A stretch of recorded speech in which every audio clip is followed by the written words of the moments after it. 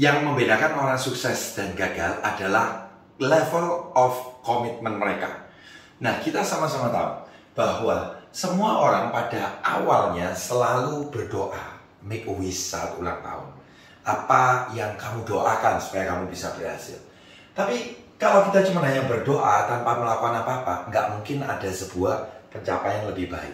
Maka kebanyakan orang setelah berdoa, mereka berharap apa yang didoakan bisa terwujud. Betul nggak teman-teman?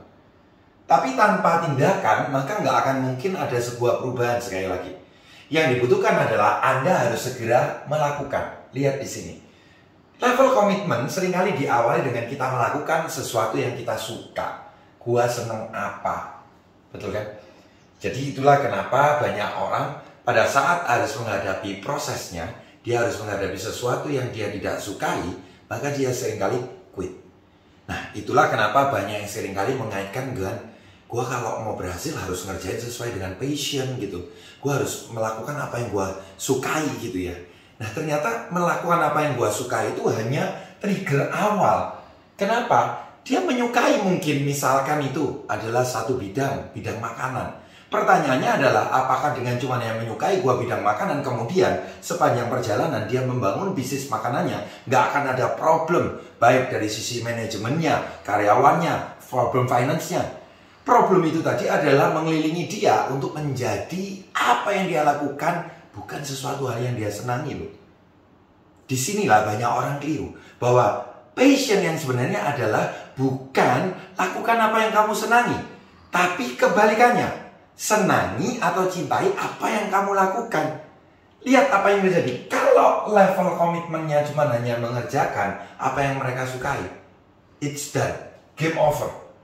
Nah, disinilah kebanyakan orang ya coba aku menyukai itu, tapi memang belum berhasil. Aku harus coba lagi dan coba lagi. Lihat, ini berarti sudah selangkah lebih maju karena dia sudah berada pada tahap aku suka nggak suka, aku harus mencobanya, gitu ya. Tapi ternyata nggak cukup. Orang yang coba-coba biasanya dia cuma hanya dapat hasil setengah. Nggak akan ada orang yang melakukan setengah hati yang mendapatkan hasil yang luar biasa. Berikutnya coba dilihat. Ini yang menarik. Pada saat dia mencoba, dia naikkan lagi levelnya dengan apa? Gua akan melakukan apa yang gua ingin lakukan. Lihat, kalau di sini lakukan apa yang disukai, di sini dia melakukan apa yang ingin dia lakukan. Apa yang ingin dilakukan belum tentu menghasilkan. Itulah kenapa banyak orang akan gagal kalau dia melakukan cuman hanya dalam konteks like, try, and want. Ini tidak mengandung sebuah kata yang paling penting untuk mengubah keadaan. Yang paling penting mengubah keadaan adalah ini. Komitmen. Di mana Anda melakukan segala sesuatu, baik aku suka atau aku nggak suka, aku senang atau nggak senang, aku keadaan mood baik atau tidak baik, aku akan terus melakukannya. Itulah yang dibutuhkan komitmen. Saya nggak suka baca buku, tapi saya tahu itu penting sekali untuk mengupgrade mindset saya. Maka saya harus membacanya. Dibutuhkan yang namanya komitmen. Coba lihat, aku pingin baca buku, gitu. Tapi bisa jadi kita juga merasa nggak pingin. Kenapa? Kita lebih pingin lihat drama Korea.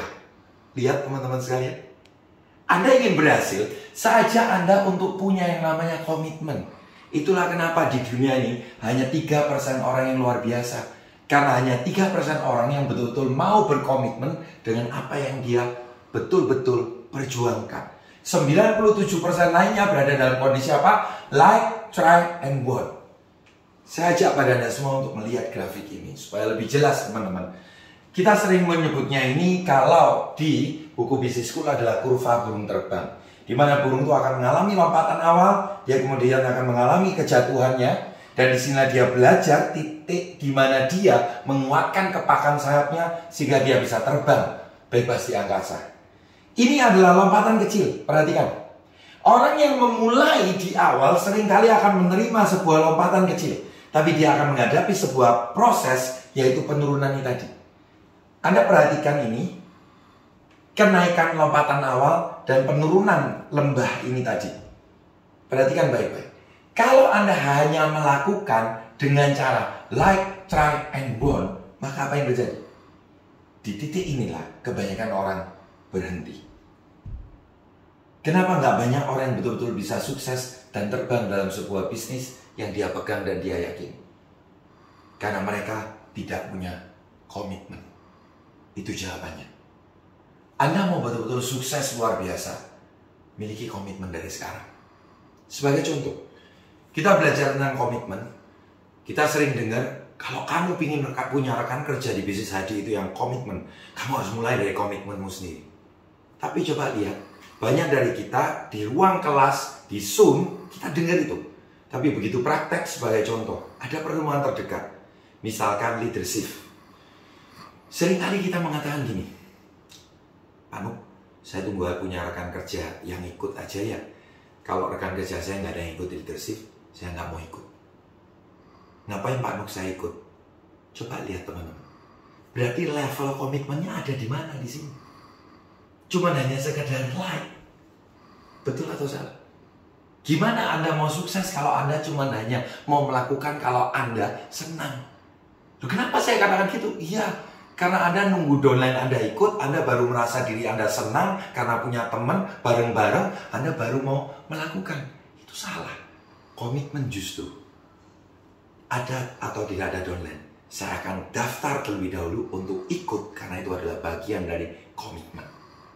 Karena saya yakin dengan komitmen itulah yang akan membuat saya akan lebih mudah untuk mengajak rekan kerja saya untuk menghadiri acara leadership itu. Bukan dibalik. Nunggu ada rekan saya ikut dulu, saya baru ikut.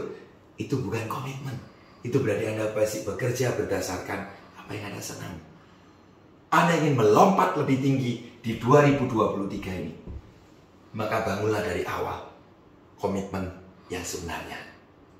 Mari kita terbang bersama-sama di 2023 ini 700%. Selamat pagi semuanya.